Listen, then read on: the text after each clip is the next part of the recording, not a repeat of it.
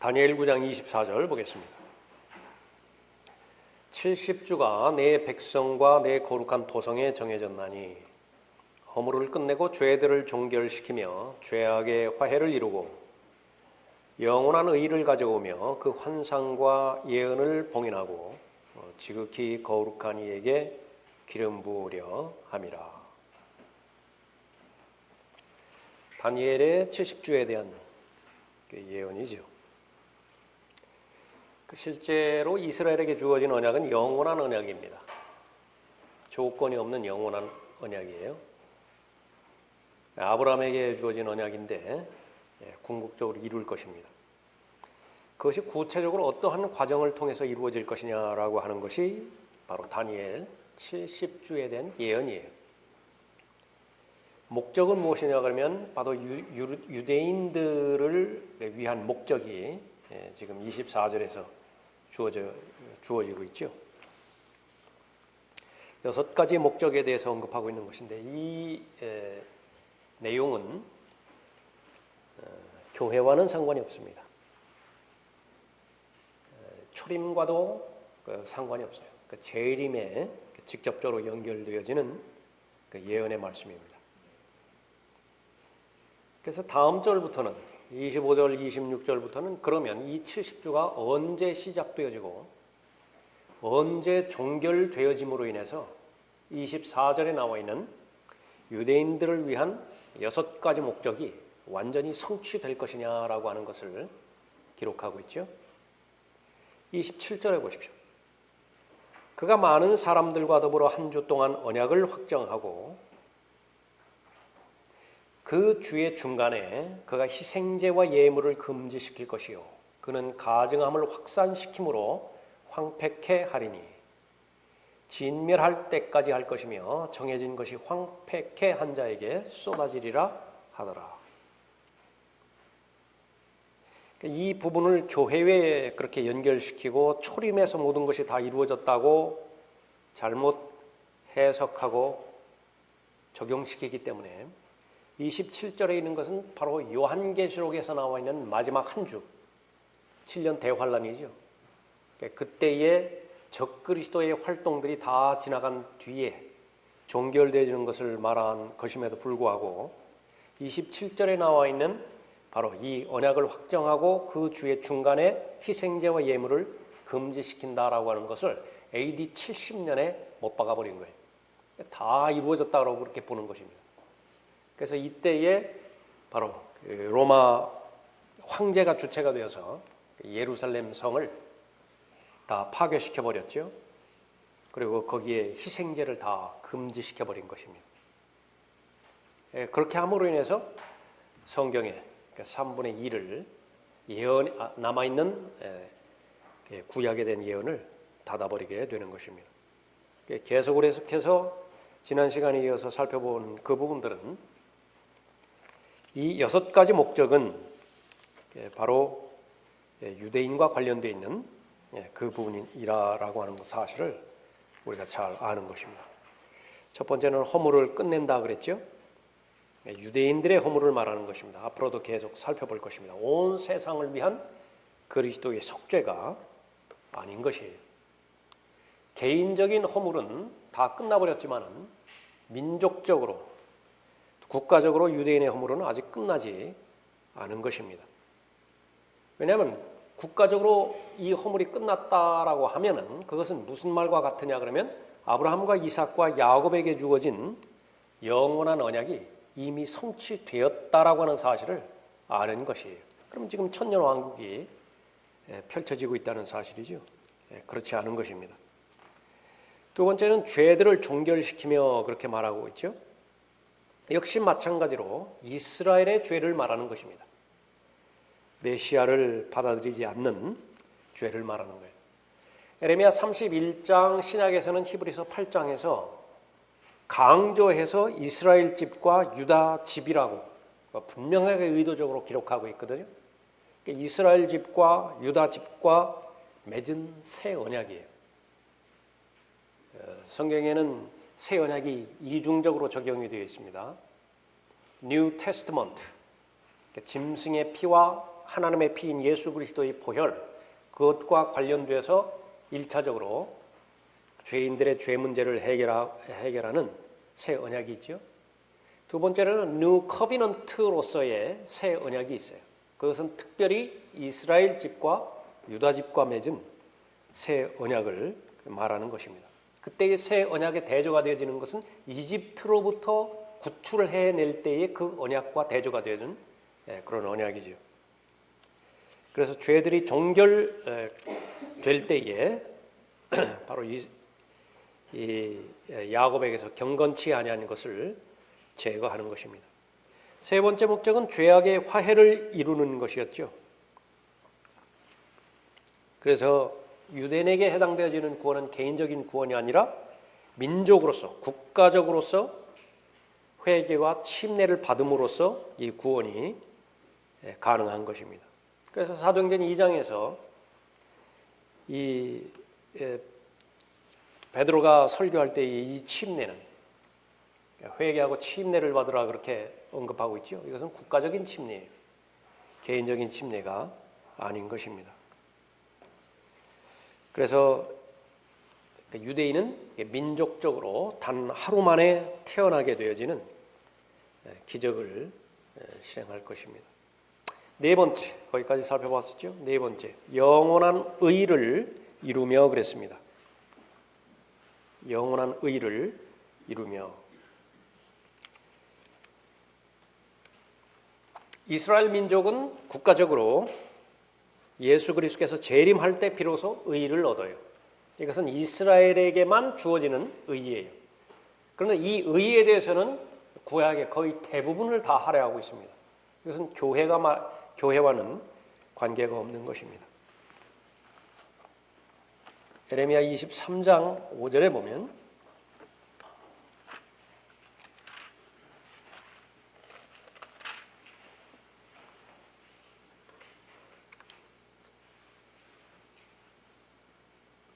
주가 말하노라 보라 그날들이 오리니 내가 다윗에게 한 의로운 가지를 일으키리니 한 왕이 치리하고 번성하여 지상에서 공의와 정의를 실행하리라. 의로운 가지 예수 그리스도이시죠. 그의 날들에 유다는 구원을 받고 이스라엘은 안전하게 거하리라. 이것을 교회로 적용시키는 것은 너무 억지스러운 해석이죠. 유다는 구원을 받아요. 다분히 정치적인 구원입니다.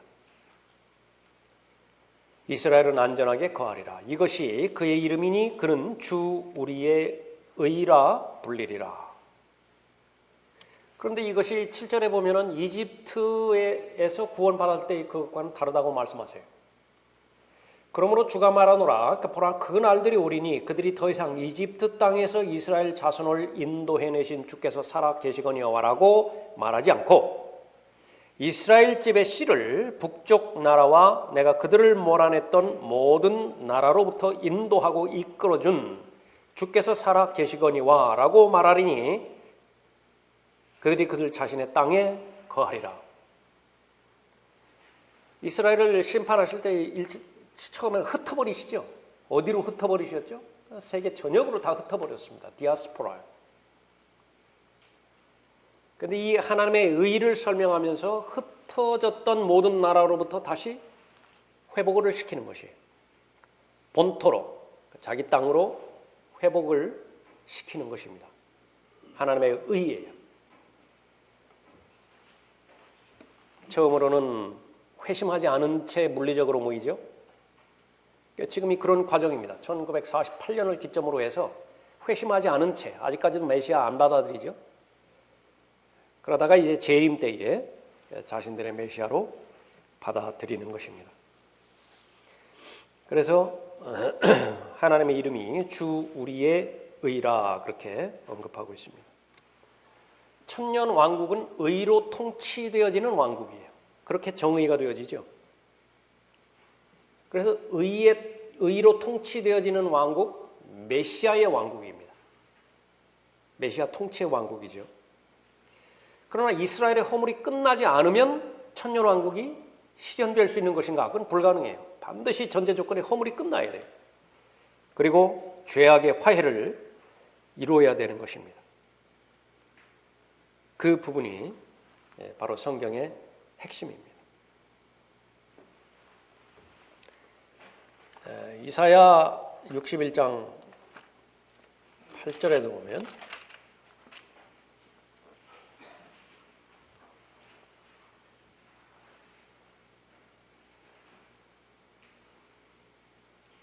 이는 나 주가 공의를 사랑하고 내가 번제를 위해 강도질하는 것을 미워함이니 내가 진리로 그들의 일을 인도하고 내가 그들과 더불어 영원한 언약을 세우리라. 여기서 말하는 영원한 언약, 다시 반복하지만은 아브라함과 세운 언약입니다. 이 마귀는, 사탄은 계속해서 이 언약을 파기시키기 위해서 최선을 다하지만, 그래서 대환란 때는 그 언약이 파기된 것처럼 보이기도 할 것이라고요. 그러나 궁극적으로는 이 언약은 예수 그리스도께서 재림하실 때에 성취하시는 것입니다. 영원한 언약을 세우리라.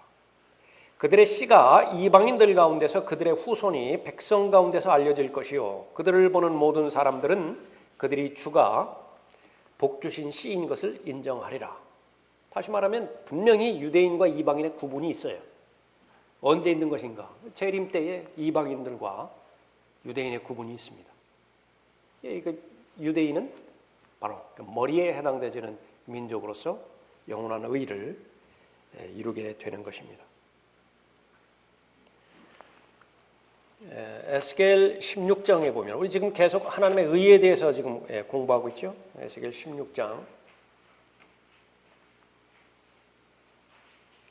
이 영원한 의는 영원한 언약과 직접적으로 관련이 있습니다. 그럼 그 영원한 언약의 대상은 누구냐? 그것은 교회와는 상관이 없어요. 이방인들과도 상관이 없습니다. 그것은 이스라엘 집과 유다 집과 관련이 있는 것이죠. 에스겔 16장 60절에서 그렇지만 나는 너의 어린 시절에 너와 맺은 나의 언약을 기억하며 너에게 한 영원한 언약을 세우리라. 그러면 내가 내 자매 즉 내 언니와 내 동생을 받아들일 때에 너는 내 행위를 기억하고 수치를 느낄 것이라. 내가 그들을 내게 딸들로 줄 것이나 내 언약에 의해서가 아니니라. 또 내가 너와 내 언약을 세우리니 그러면 너는 내가 주인 줄 알 것이니 이는 내가 행한 모든 일에 대하여 너를 향해 내가 진정되었을 때 내가 그 일을 기억하고 당황하게 되고 내 수치로 인하여 더 이상 내 입을 열지 못하게 하려는 것이라 주 하나님이 말하노라. 그러니까 재림 때에 이스라엘의 허물, 수치, 이 부분들은 본인이 자각을 하게 되어 있습니다. 그러니까 12지파가 다 통곡을 하게 되어 있습니다. 그리고 난 다음에 영원한 언약이 이루어지게 되는 것이죠. 37장에도 보면 에스겔 37장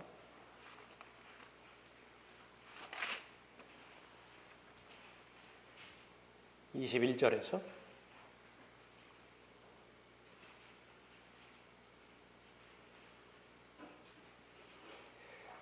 그들에게 말하라. 주 하나님이 같이 말하노라. 보라 내가 이스라엘의 자손을 그들이 간 이방 가운데서 빼어내어 사면에서 그들을 모아서 그들의 본토로 데려와 이스라엘의 산들 위에 있는 땅에서 그들을 한 민족으로 만들 것이니 한 왕이 그들 모두에게 왕이 될 것이요 그들이 다시는 두 민족이 되지 아니할 것이며 그들이 결코 다시는 두 왕국으로 나뉘지 아니하리라. 이루어졌는가? 23절에 그들은 그들의 우상들로나 그들의 혐오스러운 것들로나 그들의 범법 중 어떤 것으로도 그들 자신들을 더 이상 더럽히지 아니하리라.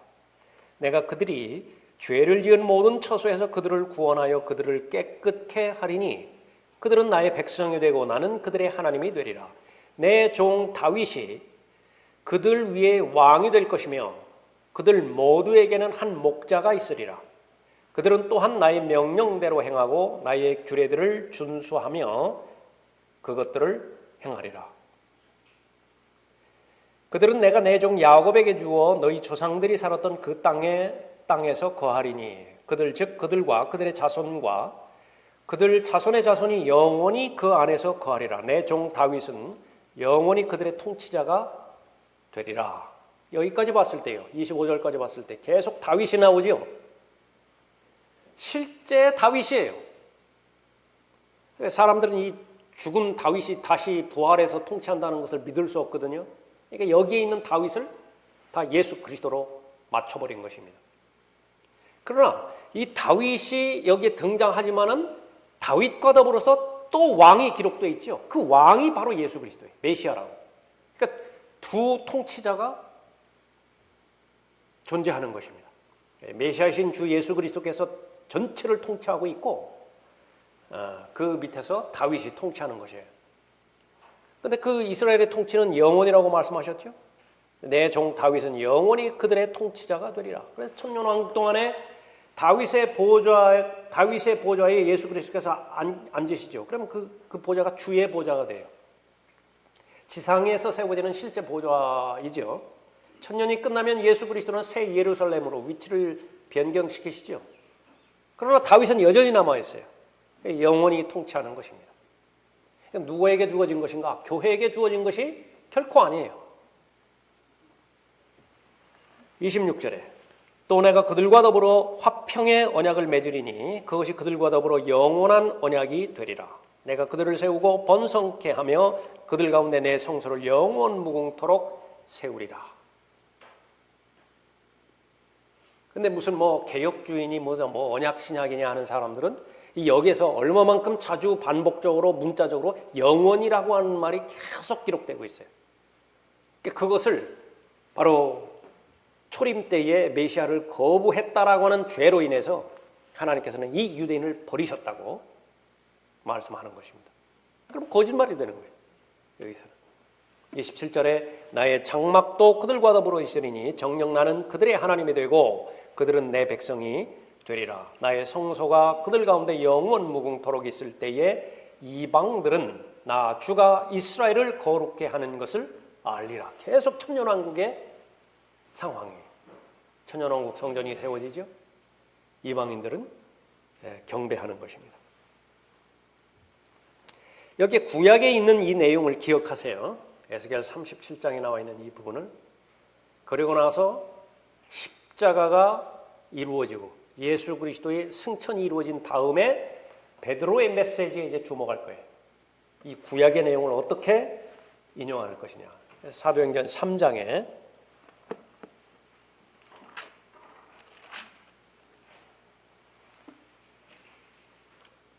15절을 보십시오.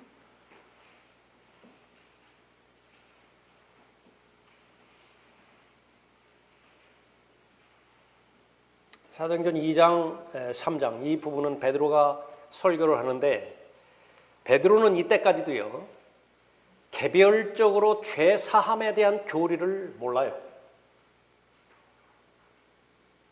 다분히 구약적인 배경에서 이 설교의 대상도 유대인들이죠.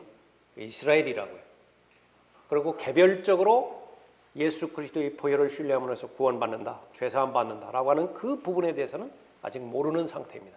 그 배경에서 지금 설교하고 있어요. 15절에 너희가 생명의 통치자를 죽였으나 하나님께서는 그를 죽은 자들로부터 살리셨으니 우리가 이 일의 증인들이라. 그의 이름을 믿음으로 인하여 그 이름이 너희가 보고 아는 이 사람을 강건케 하였느니라. 정녕 그를 통하여 나온 믿음이 이 사람을 너희 모든 사람 앞에서 온전하게 치유한 것이라. 이제 형제들아 너희가 너희 관원들이 그리한 것과 마찬가지로 무지하여 그렇게 행한 줄을 내가 아노라. 그러나 하나님께서는 그의 모든 선지자들의 입을 통하여 그리스도가 고난을 받아야 하리라고 미리 선포하신 것들을 이와 같이 이루셨느니라. 십자가를 말하고 있죠. 그러므로 너희는 회개하고 돌이키라. 그러면 주의 임재하심으로부터 새롭게 되는 때가 올 때 너희 죄들이 지워지리라. 너희 죄들이 지워지기 위한 조건은 뭐예요? 재림이라고요. 다시 오셔야 돼요. 회복이 돼야 돼요. 그러면 너희 죄들이 지워지리라고 말했는데 개별적인 죄를 말하는 것이 결코 아니에요. 이스라엘 집단적인 죄를 말하는 것이다. 그 이스라엘의 집단적인 죄는 무엇이에요? 메시아 통치자를 죽인 죄입니다. 거부한 죄예요. 20절에 또 하나님께서 전에 너희에게 전파된 예수 그리스도를 보내시리라. 그 다음에서는 계속해서 회복에 대해서 언급하고 있죠.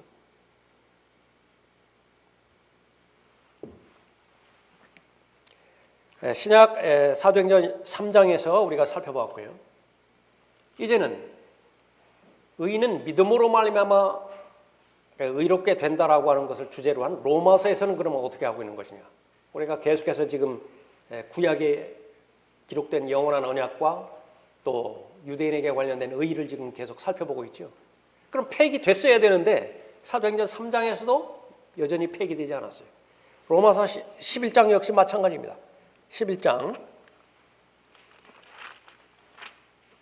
25절에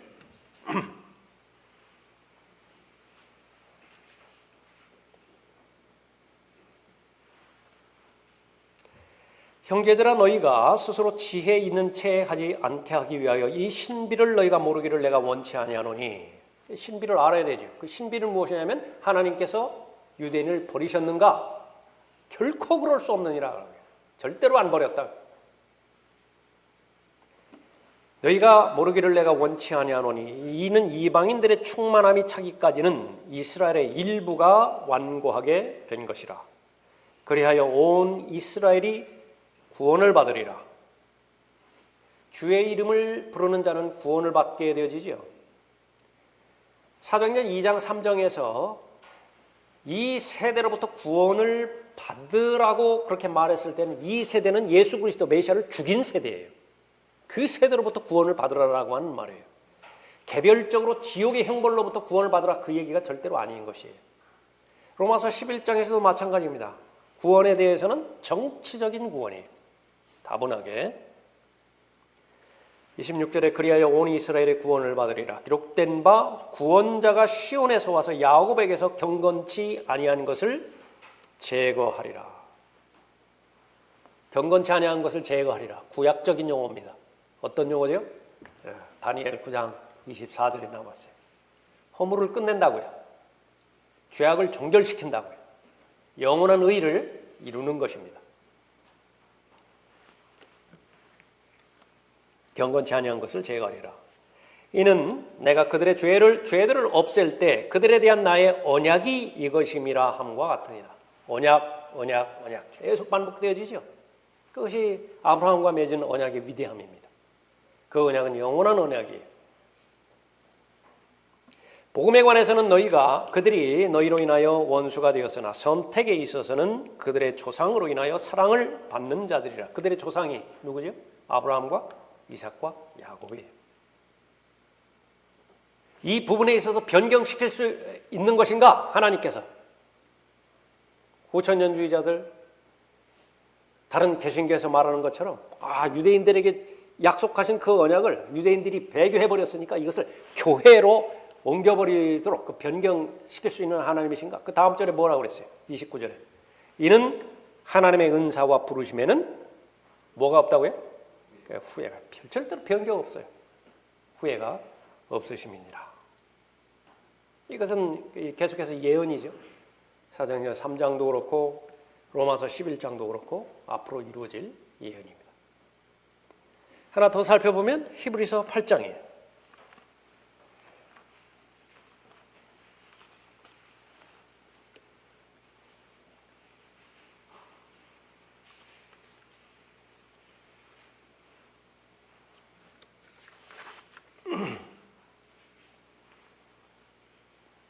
(7절에) 만일 그 첫 번째 언약이 흠이 없었더라면 두 번째 것이 요구될 여지가 없었으리라. 동물의 그 피로 말미암는 그 언약을 말하는 것이죠. 그것이 다 완전했다면 그 예수 그리스도께서 오실 이유가 없었겠죠.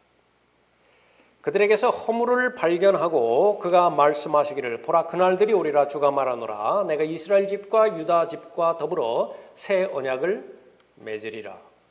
그것은 내가 그들의 조상의 손을 잡아 이집트 땅에서 인도하여 내던 날에 그들과 세운 언약과 같지 아니하니 이는 그들이 내 언약 속에 머물러 있지 아니하므로 내가 그들을 돌아보지 아니하였습니다.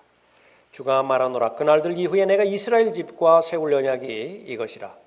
주가 말하노라 내가 내 율법들을 그들의 마음속에 두고. 그들의 마음속에 무엇을 둔다고요? 율법이에요. 복음이 아니에요. 그러니까 율법들을 그들의 생각에 두고 그들의 마음에 그것들을 기록하리라 하리라. 나는 그들에게 하나님이 되고 그들은 내게 백성이 되리라. 여러 번 반복된 표현이죠. 나는 그들에게 하나님이 되고 그들은 내게 백성이 되리라. 계속 반복되어지는데 십자가 이후에도 변함이 없어요. 계속 이스라엘과 유다를 다루고 있는 것이죠.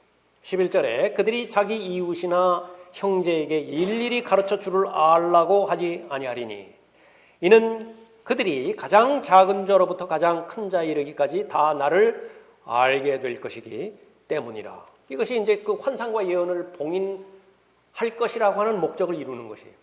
환상과 예언이 다 이루어졌어요. 언제 이루어졌죠? 히브리서 8장에 보면 재림 때 이루어진다고요. 그러면 이스라엘에 관련된 70주가 갖고 있는 목적을 실행을 하는 것입니다. 12절에 내가 그들의 불의에 대하여 자비를 베풀며 그들의 죄들과 불법들을 다시는 기억하지 아니할 것이라. 언제요? 새 언약, 뉴 테스트먼트가 아닌 뉴 카비넌트가 이루어질 때에 이 예언이 이루어지는 것입니다. 다시는 불법을 기억하지 않아요.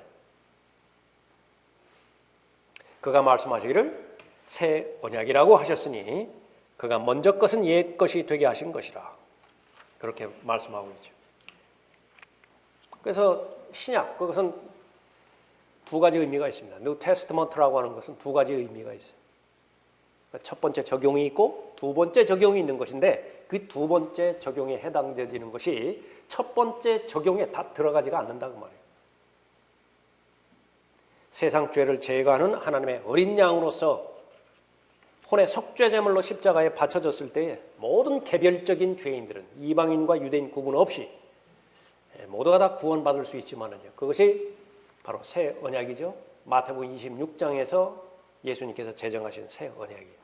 거기서 그치는 것이 아니라 집단적으로, 민족적으로, 국가적으로 이스라엘 민족에 관해서는 지금까지 살펴봤던 사도행전 3장이라든지 로마서 11장이라든지 히브리서 8장이라든지 여전히 신약 시대임에도 불구하고 폐기되지 않았다. 교회 시대로 다 넘어가지 않았다라고 하는 사실입니다.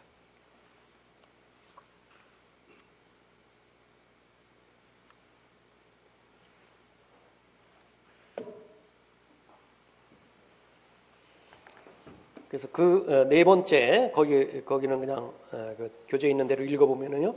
그 유대인들의 왕이 나타나시게 될 때 그분께서는 이스라엘과 새 언약을 맺으실 것이다.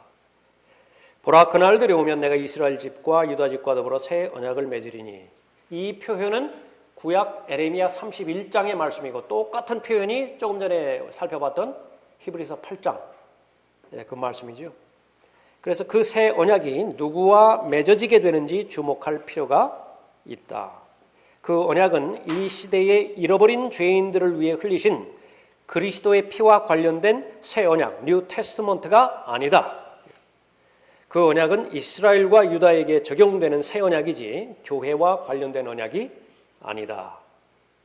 그 언약에서 하나님께서는 복음이 아닌 율법을 그 유대인들의 마음에 넣으셨다.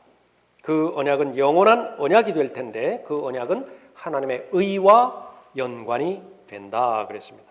그래서 목적, 네 번째 목적이 무엇이라고요? 영원한 의를 가져오며 그랬습니다. 유대인과 관련된 부분입니다. 그 언약이 이루어질 때 예루살렘은 의의 성읍이라 불릴 것인데 이사야 1장 25절부터 27절까지 보면 그 내용입니다. 의로우신 주께서 왕으로서 그곳에서 통치하실 것이기 때문이라. 다섯 번째 목적, 그 환상과 예언을 봉인하라.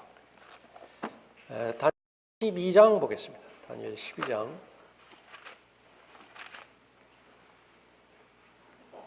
4절에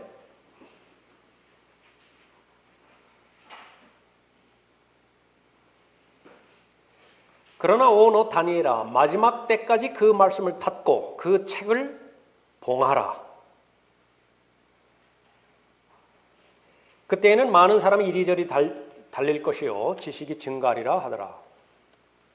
9절에 그가 말씀하시기를 다니엘아 내 길을 가라. 이는 그 말씀들이 마지막 때까지 닫혀 있고 봉해져 있을 것임이라. 환상과 예언이 봉인되어질 것이라고 지금 언급하고 있죠. 그러나 그 기간은 잠정적이에요. 아까 살펴봤던 로마서 11장 25절에서 이방인들의 충만함이 차기까지는 이스라엘 일부가 완고해질 것이라고 언급하고 있죠. 이것은 바로 환상과 예언과 관련되어 있는 그런 부분입니다. 그런데 이제 언제 깨달아야 될 때가 있어요. 마태복음 24장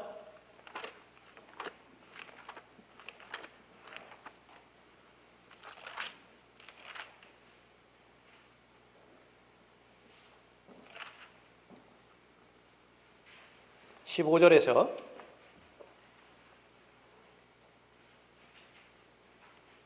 그러므로 너희가 선지자 다니엘을 통하여 말씀하신 멸망에 가증한 것이 거룩한 곳에 선 것을 보리니 읽는 자는 깨달으라. 이게 봉인되었는데 어떻게 깨달아요? 이게 잠정적인 부분을 말하는 것입니다. 그러면 이 마태복음 24장 15절에서 말씀하신 다니엘을 통하여 말씀하신 어디냐? 우리가 공부하는 그 부분이죠. 예수님께서 분명히 말씀하셨어요. 예언을 하신 것이죠.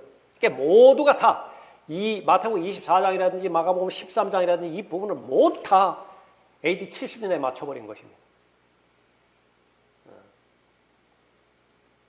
AD 70년에 맞춰보면 역사적으로 일부분 일어난 그 부분도 있지만은요, 많은 부분이 이루어지지 않았어요. 다니엘 9장 27절에 보면 이루어지지 않았다. 그건 모두가 다 영적으로 또 다시 적용할 수밖에 없는 것입니다. 구약의 모든 예언, 십자가에서 다 끝난 것인가? 철석같이 믿거든요. 그러나 그렇지 않아요. 구약의 예언은 재림에서 끝나게 되어 있습니다. 요한계시록 1장 보십시오.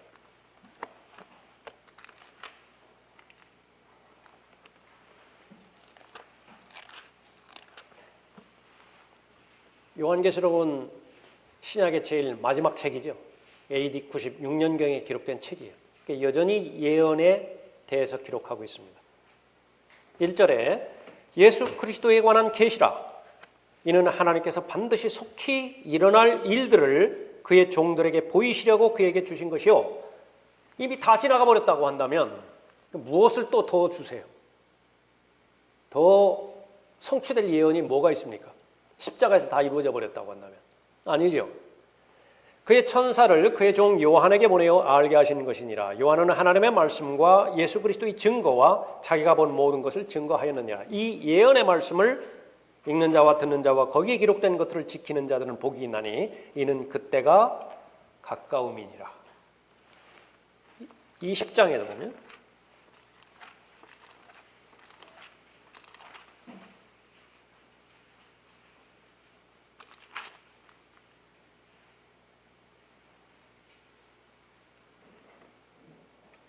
(22장) 10절에 또 그가 내게 말하기를 이 책의 예언의 말씀들을 봉인하지 말라. 이는 그때가 가까움이라. 그러니까 할 수 없이 이 요한계시록의 기록 연대를 어디로 돌린다고요? 과거로. 로마 제국 때의 그 사건으로 다 돌려버리는 것입니다. 그러니까 모든 것이 그냥 AD 70년에 다 이루어져 버렸어요. 다. 더 이상 이루어질 예언이 없다고 그렇게 보는 것이죠. 그처럼 모순된 교리가 어디 있습니까?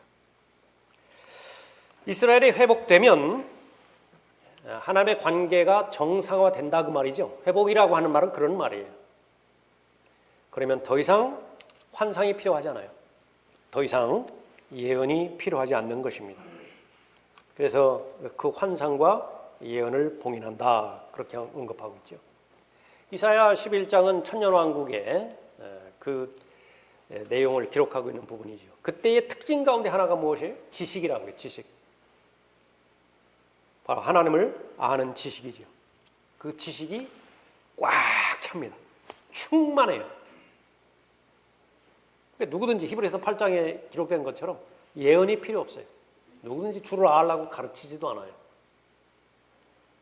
그 증거가 바로 하나님과의 관계가 정상적으로 회복되었다라고 하는 그 부분입니다.